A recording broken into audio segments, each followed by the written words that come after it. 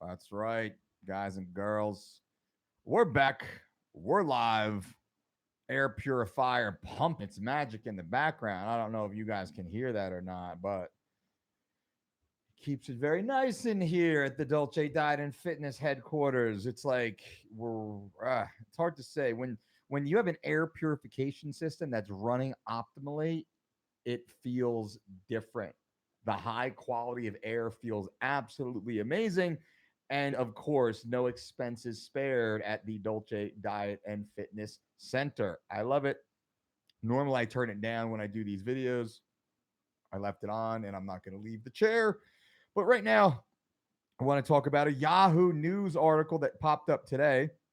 Actually, I believe it was via Pop Sugar, which is one of the Yahoo held properties on the fitness side. They focus on female fitness primarily. And I've done a few articles with them, for them, been interviewed by them and such, which is nice.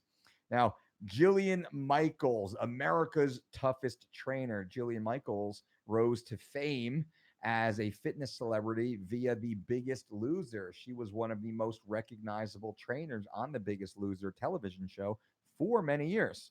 She was harshly criticized for her tough, in your face type of style. Now, again, as I said recently in the Blaha video, a lot of times people's televised persona are not quite the same as their personal persona. I do know Jillian, and I have friends, very close friends, that are a part of her team and her staff. So what I can say is there's some honesty to the televised version of her, but it's not completely accurate. I don't know if it's worth the harsh criticism in many ways. Now, what I can say is she's certainly a fit person and she understands fitness and she's been a trainer, a certified trainer for decades. So she has the experience and she's seen a lot. Now, what she came out and said is don't go keto. She said keto is a fad, and the ketogenic diet simply tells people to eliminate vital nutrition from their normal diet. And as a byproduct, people will see short term weight loss. That's all true. That's all true. Even the people in the ketogenic community will kind of nod their head and say, well, yeah, that's all true. And what Jillian Michaels says to do instead is normalize your eating. Eat real food, exercise intelligently, focused on rest, stay consistent, avoid injuries, and the progress will come. Does that sound familiar? Does that sound like it makes sense?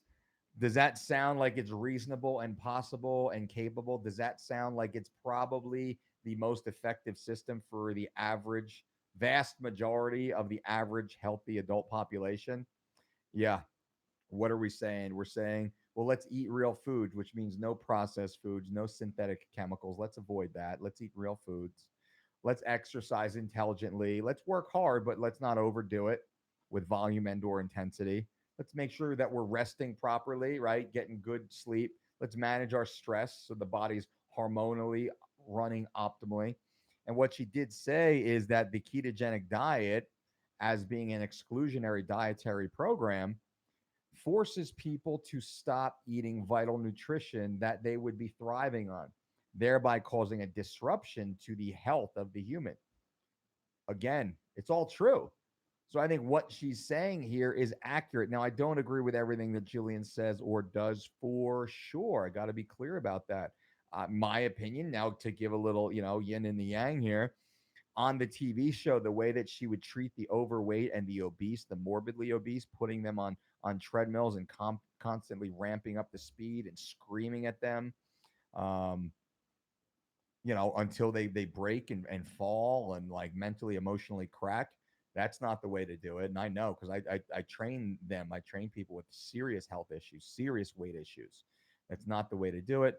Then again, it's trumped up for TV. If I was a part of a show such as that, in that situation, I would not agree to do something such as that for sure. I think it belittles and ridicules people that are trying to work on an issue. So I just wanted to give. So it's not all ponies and rainbows. Here in my editorialization of what Jillian had recently said, or really her credibility in the fitness industry, which is which is indisputable. She's a fitness professional. She's been personally responsible for changing the lives of thousands, if not millions, of people through her example and her voice and her platform and all that stuff. And she's in amazing shape herself. She lives a healthy, fit life, and she has the experience of working with so many people. So many people. Also, in her earlier career as a trainer, that she's seen it all. Like me, I've seen it all, seen it all, seen it all. Again, I'm not bashing keto per se. I'm bashing this fad approach to the exclusionary practice of living under the hashtag keto diet.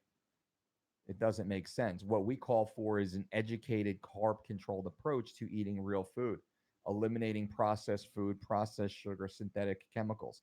Get those out of your life. You don't have to avoid blueberries and raspberries and blackberries and pomegranates and apples and acai and raisins and quinoa and potatoes and beans and legumes. You don't have to avoid that stuff. You should be embracing that stuff in moderation in great variety to ensure maximum micro and phytonutrient capacity has been fulfilled as a biological organism that we are as humans.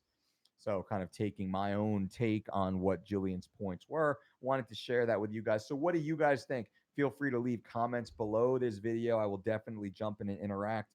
I love the fact that we have the chat here. So, if anybody wants to live chat, I can answer a few questions before I jump off. I got about 3 more minutes here, and I do have to jump off. So, Cal Seth says, no keto cult here. Amen. Amen. We are free thinkers, right? Using common sense. Awesome, Seth.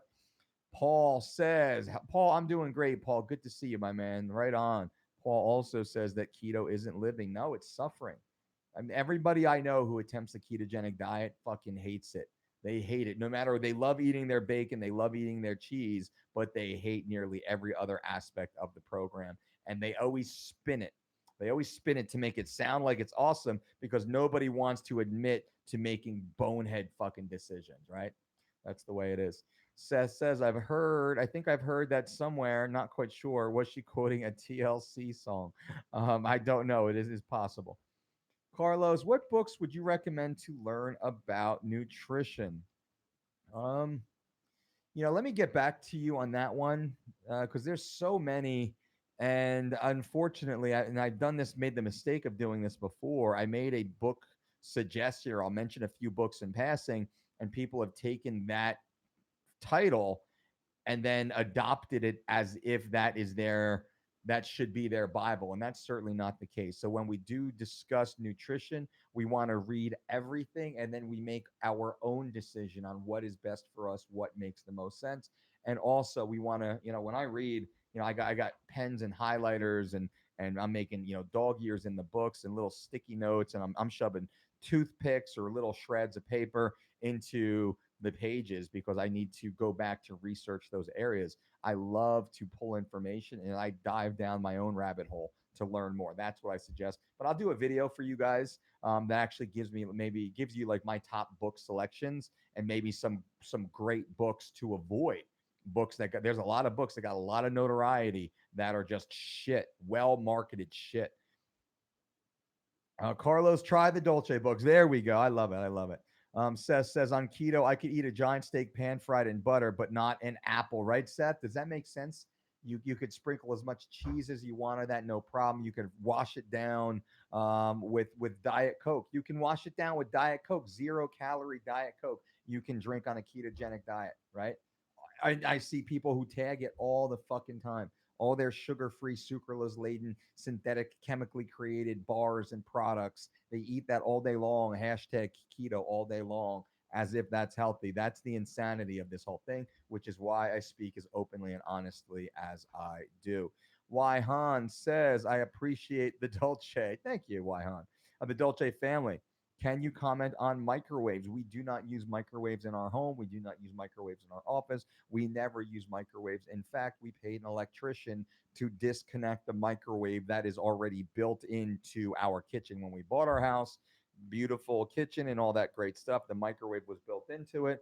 We had them disconnect it electrically just to be sure that we do not use it. Nobody uses it. And to make it clear when I do film videos in my house, there's no power going to the microwave, so I can be on brand and honest with you guys. Why don't I use a microwave is a question. Well, there's a lot of data that shows the pro and con to the use of microwave radiation to heat food. I choose not to. I have no problem eating room temperature food. What's the problem? And a lot of people freak the fuck out when I say I don't use a microwave. They freak the fuck out. Like I just called their mom a bad word. They freak out when I say I don't use a microwave. I refuse to use a microwave. Nothing in my daughter's bodies have ever come from inside a microwave. I do not use microwave radiation to heat up any food, especially not to cook food. Why? Like if I cook food, if my food is cooked and it's refrigerated, I take it out like an hour before I need to eat it. So it's at room temperature and I eat it at room temperature. Is that so hard? People are like, oh, and it's funny because I like this question. People hit me up all the time. They're like, oh, like I'm at work and what should I eat at work? I don't have access to a microwave. I can't heat up my food. Heat up your food? Like, is it cooked? Yeah, yeah, yeah. We cooked it like yesterday, the day before. I bought it at the restaurant and whatever, but it sits in the fridge. I can't heat it up. So what should I eat instead?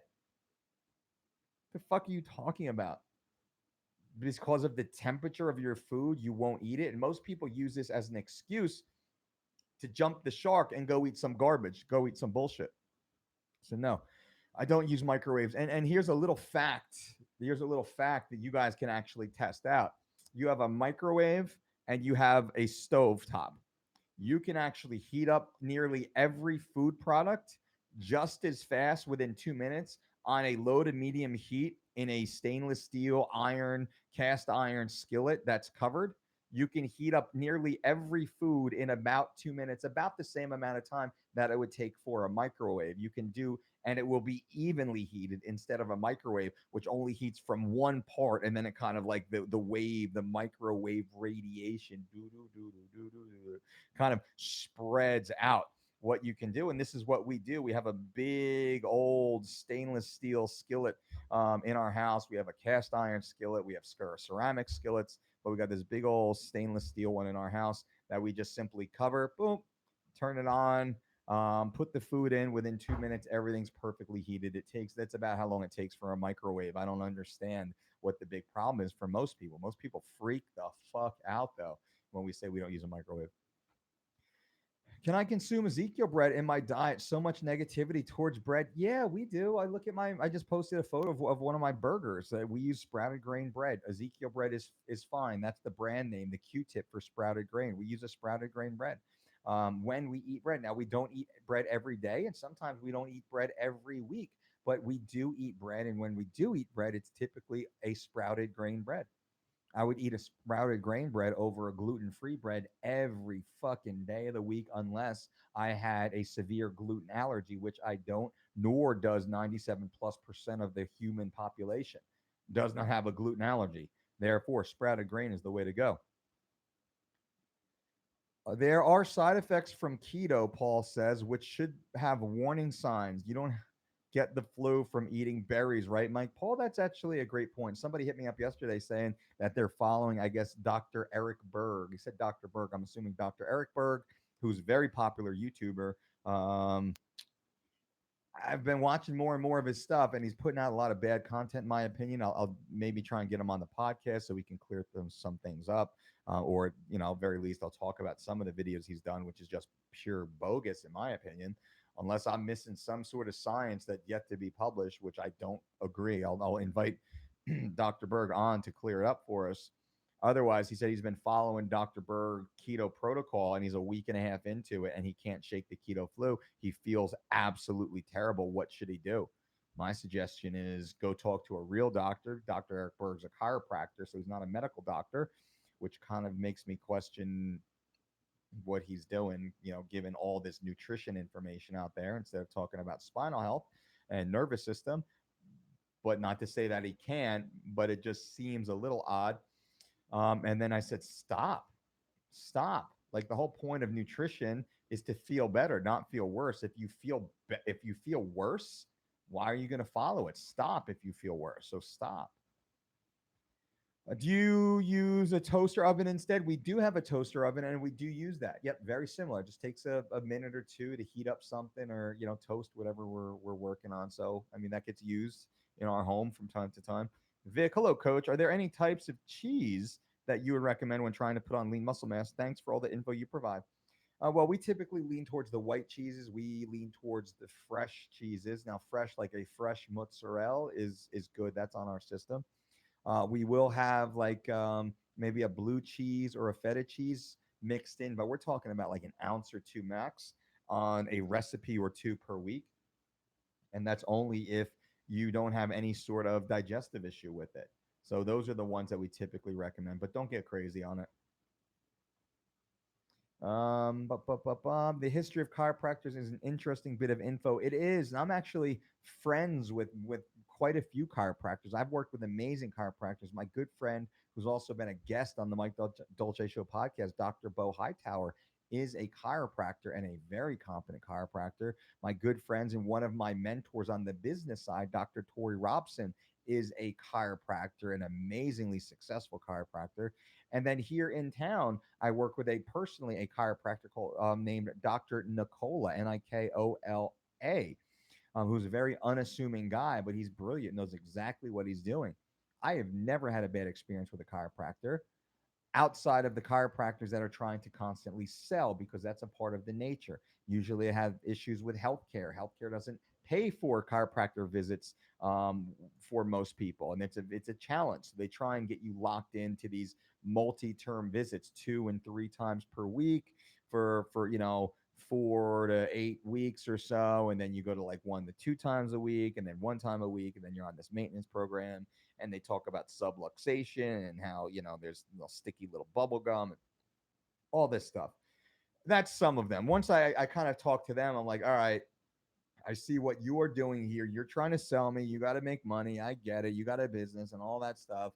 Now let's get down to the brass tacks. What do you know? I got this thing going on. Let's see if you can fix it. And I can tell immediately. The chiropractors that I work with are awesome. I can't say I've ever had a bad experience at a chiropractor as far as being a hands-on practitioner. I have had bad experience with some chiropractors on the money side, on the sales side, but I can say that about everything. I can say that about everything, every business, every industry. Shit, my email's full of people trying to solicit me constantly.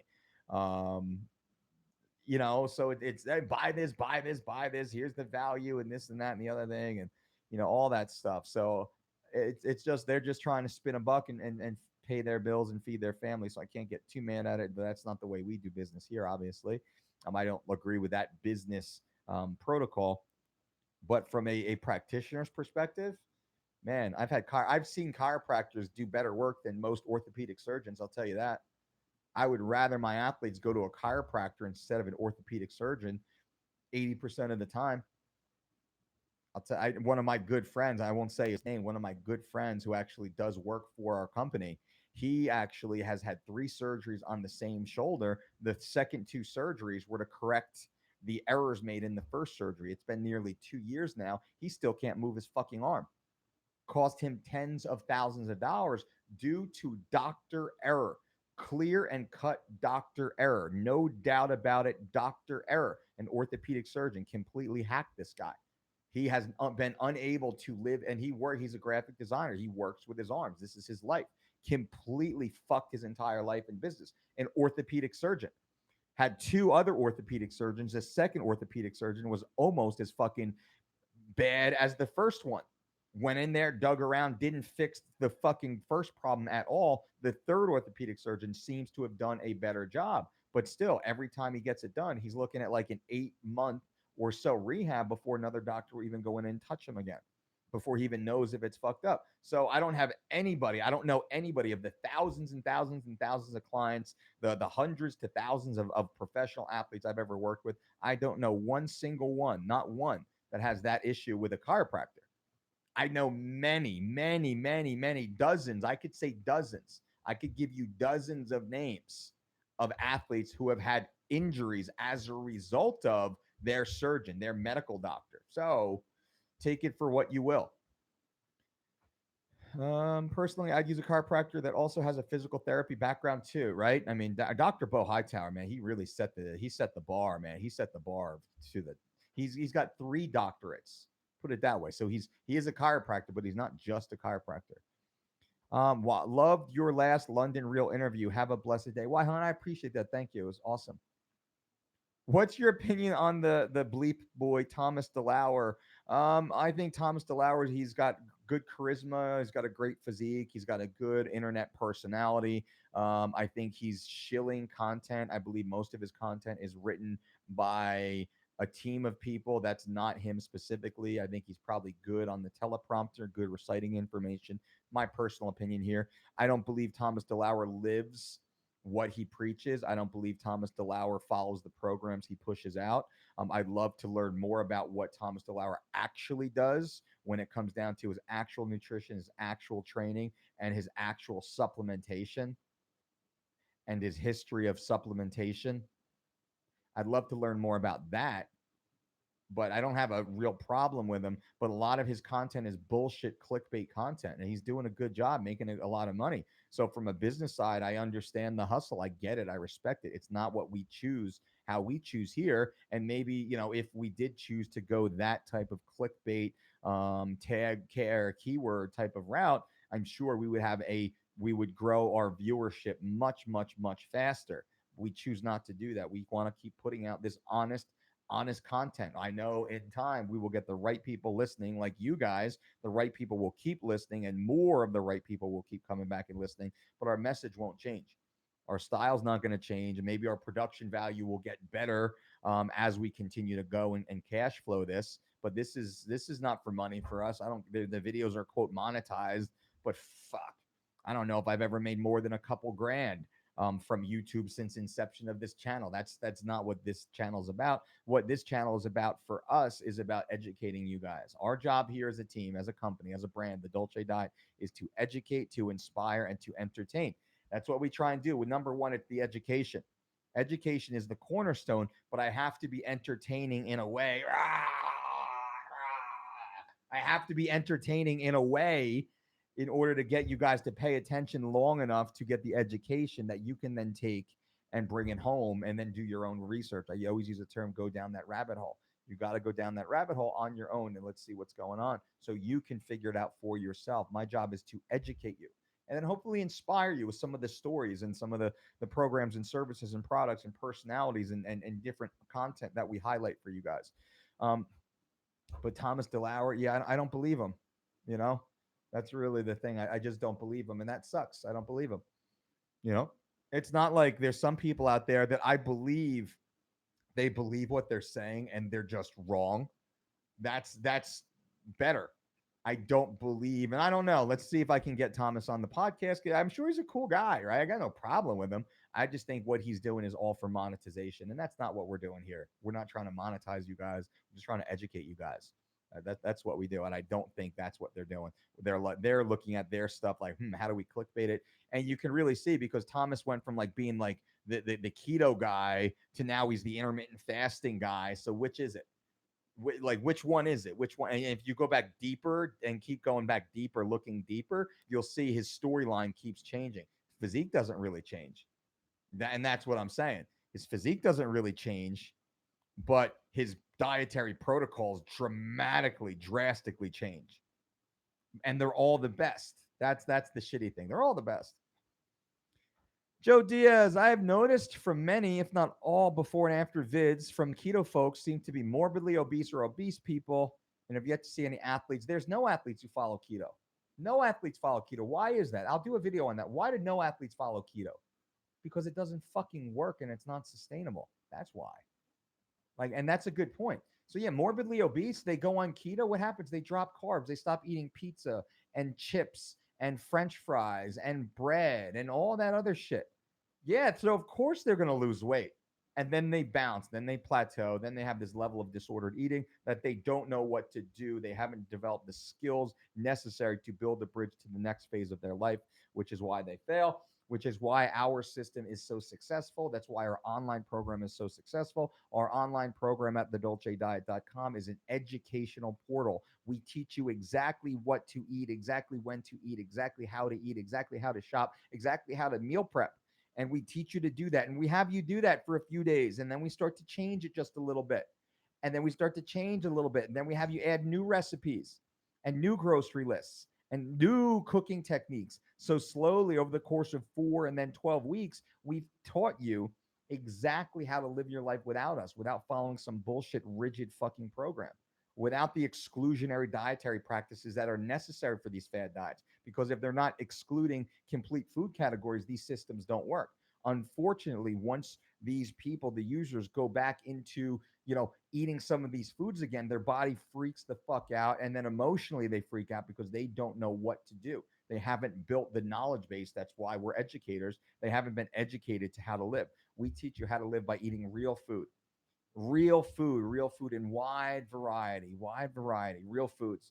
That's what we teach you guys. And that's at thedolcediet.com for 12-week online personalized program. Check it out. Check it out, people. Um, Both Delauer and Dr. Berg have had many collab videos. Yeah, they might even have the same producer. They might have their, if you follow the money, they might have somebody in common. That's, it might be part of a network. I don't know how it works for sure. Although I kind of know how the industry works. And there's a lot of fucking hocus pocus bogus bullshit that goes on behind the scenes. Vic, I have a question. If possible, if you could do just one exercise for the rest of your life and you had to choose between the squat and the deadlift, which one would you choose? The deadlift. Now, I don't like the questions of choose just one. I don't like that because it's not practical, it's not real. I would choose the deadlift because I think the deadlift is better long term, it's safer long term, it's healthier long term, it builds less imbalances long term, lower incidence of injury long term. And there's a lot of variables. Form. Are we high hip? Are we stiff leg? Are we RDL? Are we unilateral? Are we using trap bar? Using barbell? Or using dumbbells or kettlebells or sandbags or med ball? I mean, there's so many different ways that we can do that. Conventional, close stance, wide stance, sumo stance. So I'll say the deadlift, which means I'm going to use all of those variations, like my man Elgin Intensity. I will lawyer the fuck out of that question. But we use 21 different variations of the deadlift right now every week in our facility. And I could probably quadruple that just with different implements and different styles and different foot placements. And, so deadlift for sure. Money should always be a byproduct. You're doing the right thing, Dolce, and blessings will come. Seth, I appreciate it. Yeah, man, we're good. Our business is great. Our business is booming, and I'm wearing a fucking an $8 hat right now, and I bought this $8 hat years and years ago. Yes, I do have on an $80 T-shirt, rah rah. But I got like 4 of these T-shirts, and I wear them like Einstein over and over and over and over again. Most every other shirt I have was given to me for free by Reebok or Virus or On It or whoever else. That's something I'll do a video on. You guys ask a lot. The money side, man. I don't spend money. I all my money gets invested. My money is it's inaccessible. And as soon as I get money, I put it in the dirt. I put money in the dirt, not the bank. What does that mean? We buy property. So any excess money we have, we buy property. We buy property with it. So it's in the dirt. Can't touch it. There you go. Walk into my house, man. You're lucky if you can find 11 cents on the floor. That means I went and bought a espresso and I had a couple pennies left over. Shit. In my wallet, I used the Tosh.0 model. I have $40 in my wallet at most on any given day, a $20 bill and 4 5s, 4 tipping and coffee. That's really all it is. I have one business debit card that's got a couple dollars on it. I have one personal debit card that's got a couple dollars on it. And that's it. That's it. That's it. That's how we roll. That's how we work around here. That's the best way to do it. So money is I have everything I want, everything I need. I have a beautiful family. We have an amazing home life. Like I have a great business with amazing humans I get to talk to every day. I get to sip on my coffee. My espresso, that's joy to me. Joy to me is literally sitting in my backyard watching my daughters, play on their swing set while sipping a black coffee, listening to some music. That's it. That's my life. So you do not see me flossing, right? You've never seen me floss. And I'm probably more successful than most people you know. You've never seen me floss. You've never ever ever seen me. I got a 2001 fucking GMC Yukon with a broken door lock. That's what I'm driving right now. That the window doesn't even roll down because the door lock is broken. Right, that's the life I'm living, and I fucking love it. And I got some of my buddies; they're driving around in $300,000 fucking sports cars with fucking $50,000 of bullshit. Look, look, I got nothing. This ring right here, that's my wedding ring. That's warped. This wedding ring right here is 18 years old. No, not sorry, not 18, 2005, 13 years old. I've been married 13 years. It's the same wedding ring. Got it at K Jewelers for like 40 some odd dollars. That's my life. That's my life. And I don't know. That's the way it is, man. So take that for what it is. It's life isn't about money. Life is about just being able to do what you want, when you want, where you want, with who you want. I could do all that. I can do all that. But any dollar, any extra dollar that we have, immediately, we put it in the dirt, man. We buy a condo or something else somewhere, and we don't touch it. We let the management company. I own a real estate management company, and people don't hear about that, talk about that. I let the management company run that. That thing, is funded and runs itself. And there we go. And that's something eventually that'll pay my kids' college, pay for their weddings, and have a legacy to leave to them. Brandy and I, we don't need anything. We're good. So that's. I hope that helps. I know that was a little off topic there, but you asked about money, and I will do a deeper conversation. I hope there's a takeaway for you guys with that. Most people, they're so fucking focused on dollars. And yeah, we make money. Don't get it twisted. We make fucking money, but we don't need it per se. And the money we make, we reinvest. It's richest man in Babylon style. As soon as it comes in, it's gone. I can't use it, can't touch it. Don't want it. I don't want it. Just fucking go, buy something. Let the team, we have property that we know that we're going to acquire. We fund it. We buy it. Done deal. Then it's done. Done, done, done. Though in Arizona you can find the Coke with the real sugar in it only once a year for me though. That's funny. That's good. Roman, keto sucks and is not sustainable. Get out of gas too fast and burn out. Roman, that's the truth. Papa Dolce, smart. We are not taking any of it with us. Amen, Wyhan. That's what's up. Boo Rida, dear Mike, I was one of those keto victims. 5'9", used to weigh 260. Did keto and regular exercise, walking 4 miles almost every day, and lost around 45 pounds. I couldn't sustain that lifestyle. And with stress and problems from family work, I bounced back to an even higher weight of 280 pounds, put 65 pounds back on after keto. I don't believe keto works, so I'm open to trying new diets and lifestyles. I'm currently back to walking 10,000 steps a day thanks to your videos and advice and constant motivation. Boo Rida, thank you so much. I appreciate your honest testimonial here. And what you just said is what we see.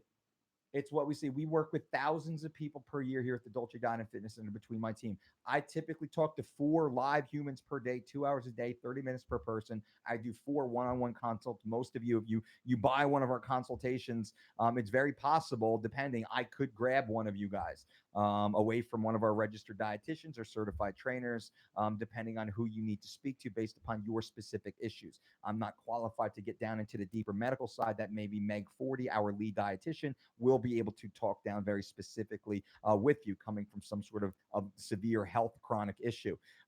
Those that have the lifestyle, the motivation, and the athletic side, typically I'll pull one of those, or I'll pull a couple of those per day. So I typically speak with over 1,000 humans per year. Our team speaks with thousands of humans per year, and those who have tried the keto, by and large, have the exact same issue you had. The exact same issue. You lose a bunch of weight, you pull an entire macronutrient group, you become microphytonutrient deficient, you lose this weight, you feel like shit, you start to kind of put real food back in, or you try to put that group back in, you don't know how to do it. Your blood sugar tolerance, your insulin is so fucked up, your metabolism, your digestive enzymes, your lifestyle, your work ethic, your emotions are so fucked up. Boom, you bounce, and it's very hard to fucking stop that snowball effect like you went through, Boo Rida. And I understand, my friend. I am happy for you to go to thedolcediet.com and try our system, our 4 week or 12 week, probably the 12 week program. My suggestion to you would be try the 12 week program. Use my promo code new me NEWME. You'll save 20% off. If it doesn't work for you, we give you your money back. We have a 100% money back guarantee. Test it out and see if it works. See if we can help normalize you, stabilize you, and start to reverse this pattern of disordered eating that you've been suffering from. We teach you to eat real foods in wide variety in all categories, but the right foods. There's no processed foods. There's no synthetic sugars. There's no supplements. You may or may not be suggested or given the option of consuming a whey protein isolate, cold processed, cross flow, microfiltered. Not everybody has that option to do that, depending on what your goals and background and training history and all that is. That's the only supplement that might be suggested to you. Um, and try it. That's at thedolcediet.com, my man, or girl, because Boo, I don't know if you're male or female, so I don't want to assume. Um, and let me know. We're here to help, guys and girls. We're here to help. But that's the fucking bullshit. Lost 45 pounds on keto and then bounced 65 pounds back up, added an additional 20 pounds. Come on, man. Guys and girls, that's not what this is about. That's not what this is about. I know I'm getting long here. We're at 35 minutes. I always do this on the I said I was going to do 10 minutes on this video because I get talking to you guys. I love talking to you guys. And it's awesome. I appreciate everyone who comes in here and leaves comments. I try and answer every single question unless I have a hard deadline. Today I was able to answer every one of your questions and speak with you. And I'm getting to know you guys, which is really cool. And I also, what I love about this time with you is I know what you're thinking. I know what you're dealing with. I know what challenges and trials and tribulations you're having. Also what successes that you're having. That allows me to sit down with my team every day. Every day we have an update. We have a couple meetings throughout the day, but every day it's like, all right, what's new? What's hot? What do we need to be focused on? And I always bring up some of this. I always bring up, you know what Boo Ryder said yesterday on my YouTube live?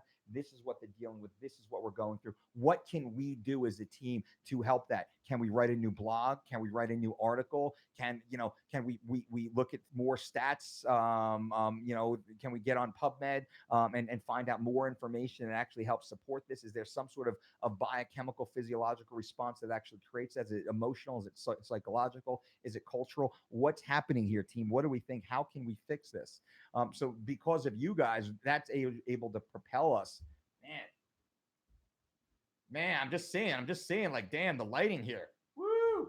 Look at this. Look at this fucking lean guy. And those of you who don't know, I lost 28.2 pounds in 21 days following 3 weeks of shredded. The last 3 weeks, I lost 28.2 pounds. Now, yes, the last 2 days, 48 hours, I did a mini water cut, getting myself down from 191 and change down to 185. So I pulled an extra 6 pounds just for shits and giggles because I was so close anyway. I was like, you know what? Let me make the official UFC MMA middleweight limit of 185.00.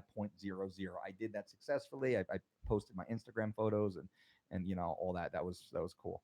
So that was following the 3 weeks to shredded program at thedolcediet.com, the same one that you guys can all go to right now and try.